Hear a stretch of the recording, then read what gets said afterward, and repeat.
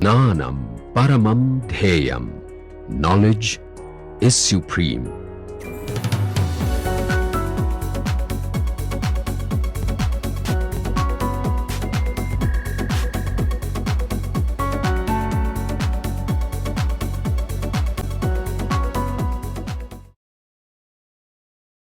Okay, so we have seen that your energy must be greater than V global minimum. Otherwise, solution does not exist, right? How did I try to give you an indicative proof? If you try to find expectation value of P squared, this should be positive. But if E is less than V global minimum,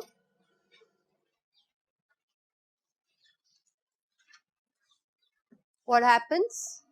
You can show this to be proportional to E minus V of x, expectation value, using the time independent Schrodinger equation, and you can show that this is E will be less if I take, then this is negative, right? Everybody was with me? So therefore, this condition will not give any solution. Okay. So we need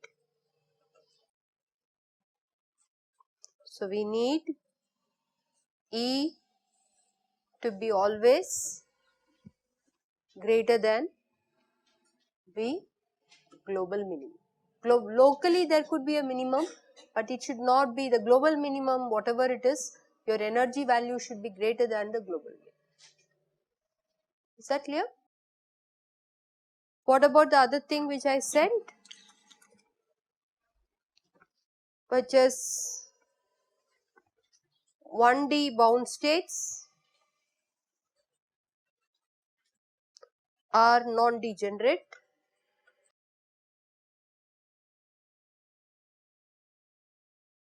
How do you prove this? You take the time independent Schrodinger equation. Okay. So you can take the time independent Schrodinger, assume that psi 1 of x and psi 2 of x are solutions. Okay. Assume.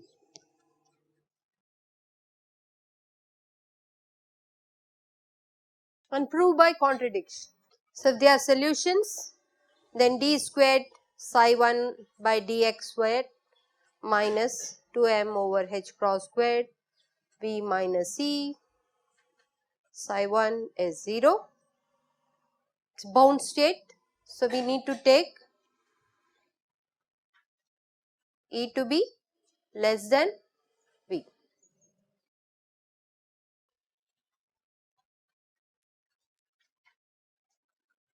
Okay. Let's look at this constant barrier potentials.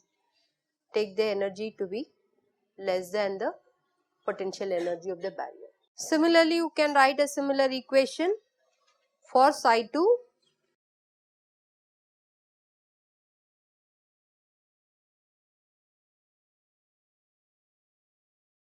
equal to 0. Both are allowed solutions is what we are assuming, which means for E less than V, both have to satisfy the time independent Schrodinger equation. So multiply the first equation by psi 2. Similarly, multiply the second equation by psi 1, and then you try to subtract one from the other. What happens when you subtract? Which term cancels? The second term cancels. What you will be left with is, what will you be left with? Psi 2 d squared psi 1 by dx squared to be psi 1 d squared psi 2 by dx. This can be further simplified as d by dx of psi 2 d psi 1 by dx minus psi 1 d psi 2 by dx equal to 0. What does this tell us? The square bracket can be put to be some constant, right? You can put it to be a constant. Psi 2 d psi 1 by dx minus psi 1 d psi 2 by dx is a constant. Okay, it is a function of x and it should be valid at all x. For x tending to plus or minus infinity, we are looking at a bound state solution where it should be exponentially damping. You expect, so what do you want? X tending to plus or minus infinity, what happens? Wave function itself will be 0, which means this constant, it is a constant, it should be valid even at x tending to plus or minus infinity. So, for bound state, we can definitely put it to be 0. We can't do this for a scattering state because it will be oscillatory solution with a box normalization. As I said, if you had a solution for an oscillatory state as e to the ix, this is oscillatory solution. We do a box normalization putting a root L, and then after we do all the expectation value, we put L tending to infinity and nothing happens, everything is fine. So, these are all not the states we are considering for bound states. Bound states are the ones where the wave function vanishes. So, these are scattering states. This is not what we are looking at in the specific proof. We want to look at bound states which vanishes at plus or minus infinity, and we are assuming that it is degenerate and we are getting a condition like this. So, can we further simplify this condition? Since this is 0, this first term is equal to the second term. Is that right? Excellent. So, what does that tell us? Yes. So, which means that you get psi 1 of x to be proportional to psi 2 of x. This k equal to 0 will automatically show that the two wave functions are not independent, they are proportional to each other, which means our starting point that it is degenerate is not valid. Degenerate means those two should be linearly independent, but we find that systematically substituting that they are degenerate and putting it into the Schrodinger equation and imposing that the wave function vanishes at plus or minus infinity forces k to be 0 for the bound state, and this condition will automatically show that psi 1 of x is proportional to psi 2 of x, which implies non-degenerate bound state. This is only applicable in one dimension, okay. So, one dimensional problems, bound states are always non-degenerate. That is what you saw in the harmonic oscillator, one dimensional harmonic oscillator. You saw that all the solutions in the one dimensional particle in a box are all non-degenerate because of this proof. Okay.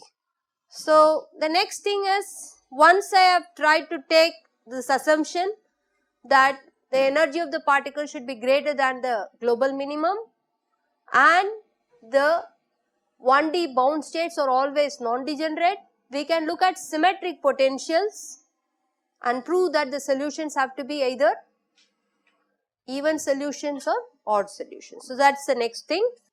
So, 1D bound state are non-degenerate if V of x equal to V of minus x, wave function solutions must be either odd functions. What is the odd function? Psi of x equal to minus psi of x minus x, or even functions psi of x equal to plus psi of minus x. This is what we want to prove. Again, how do you prove this? Take the Schrodinger equation again. If you take the Schrodinger equation, Hamiltonian, which is a function of P and X, P operator and X operator to be very precise, we find that it is same as H of P with minus X operator, because V of X is same as V of minus X. We are looking at this class of potentials. One of the example is a harmonic oscillator, other example is a symmetric box which I indicated in the last lecture, and the third example is your double delta potential, which we are going to solve today, the remaining half of the lecture. Okay. So these are the three examples. Always try to, when you try to go over a proof, recall some example and keep it in that mind. Okay. Then you will never forget some of these statements. You will be able to correlate with an example and you will remember it properly. Okay. So that's why I am trying to give you those three simple examples so that you remember these things clearly. So what do we do usually when we write the Hamiltonian operating on psi of x, right? Hamiltonian will be in general a differential operator, will be time independent Schrodinger equation is some energy eigenvalue E times psi of x. So I could also write H of P minus x hat psi of minus x. I am just changing x to minus x, nothing more. Okay. It's allowed because if you write the explicit operator, it will be in the position representation.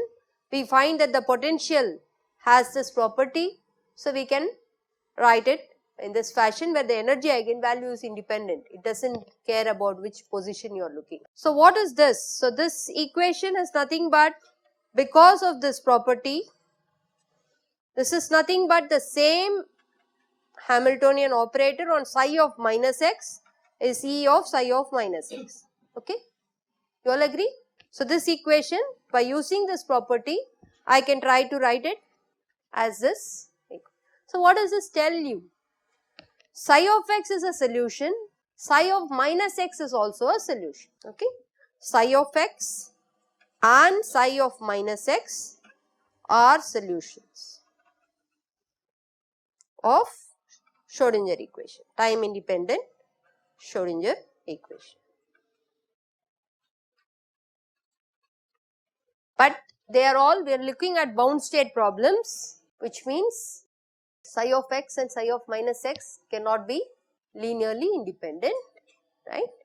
So psi of, they are solutions, but 1D bound state tells us that 1D non-degenerate bound states tells psi of x should be some epsilon times psi of minus x. They cannot be independent.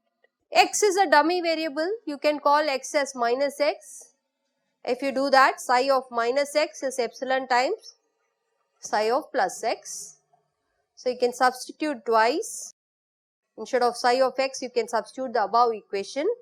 It will become epsilon squared psi of minus x. So epsilon squared has to be 1.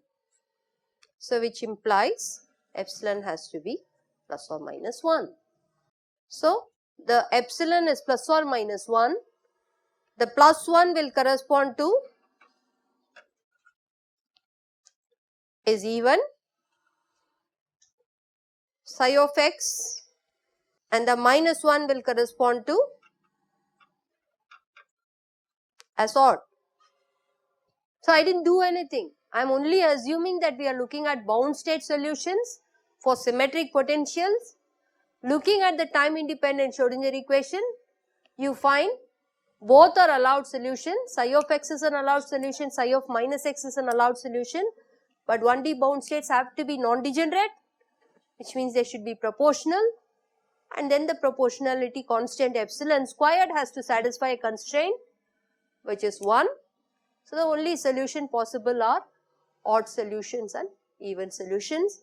So when we did this elaborate exercise of solving the time independent harmonic oscillator, we did not use these proofs, but the solutions which we found were either odd functions or even functions, right? And also the particle in a box, when you put it symmetric, your first ground state solution will become a cos function, right? For a symmetric, if you remember that if you took a minus L by 2 to plus L by 2 infinity potential, the ground state was proportional to cos pi x by L. Similarly, the first excited state is proportional to sine 2 pi x by L. This is what you will see in the particle in a symmetric box. And I also said that the ground state will always be symmetric. Okay. What we will do now is we will take the double delta function potential. How many of you have already tried? Did any of you try the solution for the double delta? Okay. So we will just go over it so that you can recall. If there is any mistake in my typing, you should point it out. And basically you will find that because for the double delta you have the symmetric condition, the solutions can be assumed using these proofs that you will have an odd solution or an even solution, and you will find that the even solution has a lower energy in comparison to the odd solution. Okay. So we will go over it, and both graphically as well as, yeah. So you could take it, but then when you take x2 minus x, epsilon squared is what you can do. E to the I pi is only minus 1. Okay, if you do that, it is e to the I 2 pi. That has to be set to 1. So you are stuck. Whatever you do, the nature knows when you do the Schrodinger equation, it picks out Hermite polynomials which are odd functions or even functions. It's very beautiful. One is just rigorous mathematics, the other one is by this kind of simple proofs that you can show that your symmetric potential should allow only for odd solutions or even solutions in one dimensions. No. So what he was saying is, let me put that sheet again. I don't know whether it will be visible. Let me see. I hope it will be. So what he was saying is that instead of this epsilon, which is to be plus or minus 1, why can't it be a complex phase factor? But what I was trying to tell him is that you need your epsilon squared to be 1. If you take a complex phase factor is e to the power of 2i phi, and that is not 1 for an arbitrary phi. Unless phi is taken to be pi, the phase factor. If you take phi to be pi, then it is only plus or minus 1. Okay, so with this warm up, let's get to the double delta function potential. I thought just to make it clear rather than putting too many complicated equations, I thought let me put it on a PowerPoint or a PDF file. So just take a look at it, and then is this clear, the fonts and all? So I tried to draw it to the limit as possible. I am not very good at drawing, but I hope you understand that it is a double delta function potential. For graphically, just I have taken a to be plus 1, and so you have a delta function potential at a equal to plus 1 and a equal to minus 1, but you can keep this to be an arbitrary a. So I tried to plot in Mathematica. Unfortunately, one side it plots, the other side it doesn't plot, so I was struggling for some time, but then I drew it manually, this piece, but then I have not done a very good job. Okay, but you get the point. So I've just tried to give you a graphical potential. So this is the potential versus x, where you can see that there is a symmetry. It's not very obvious in the figure, but at least from this expression you can see that it's an attractive potential. If you take x2 minus x, this term goes into this term and this term goes into this term. Is that clear? So does this allow bound states? The first thing you have to see is what is the global minimum. Global minimum is negative infinity. So your energy can be less than the local minimum at plus or minus infinity. So you can have a E negative, and you do get bound states. Okay. So recall bound state condition, and E should be greater than global minimum. And also note that the potential is a symmetric potential. So I have already proved for you. that for symmetric potentials and 1D bound states, now we are looking at bound states, the wave function has to be non-degenerate and it should be either odd functions or even functions. We are going to use this property when we write the solution.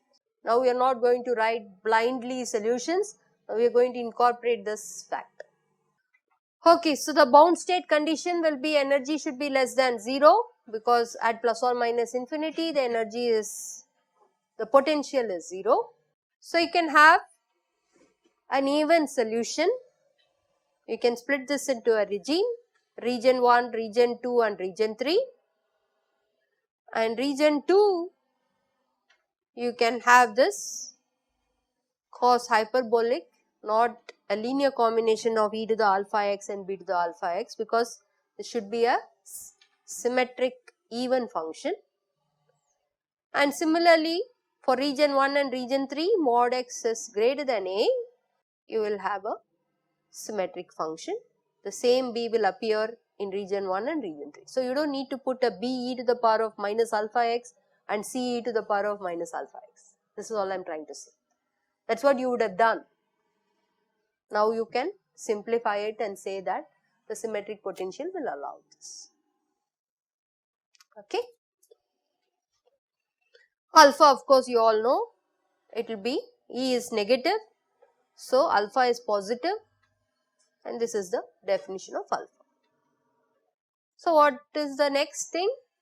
Wave function must be continuous at x and x equal to plus or minus a. Those are the two boundary regions, and you can put in that condition. Now very easily we can do this at plus a or minus a. Okay, I have taken one of the regions. But you have this delta function potential requires that there is a definite derivative discontinuity. We have seen this. So I'll substitute that definite derivative discontinuity and you will get an equation where it is plus epsilon the derivative at plus or minus a, and similarly the derivative at minus epsilon shift at plus or minus a boundary. Is that okay?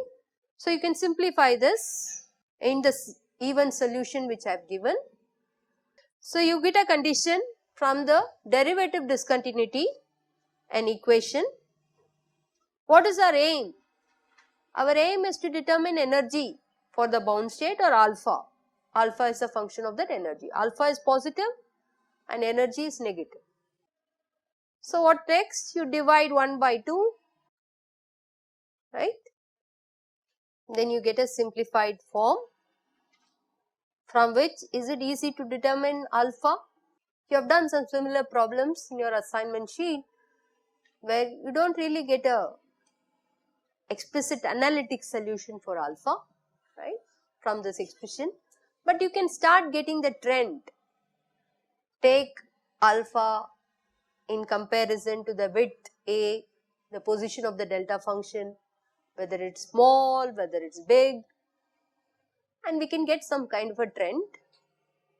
And then we could also go into trying to plot them in a graph and see whether there is a solution, and wherever is the solution you can pick out what is the energy.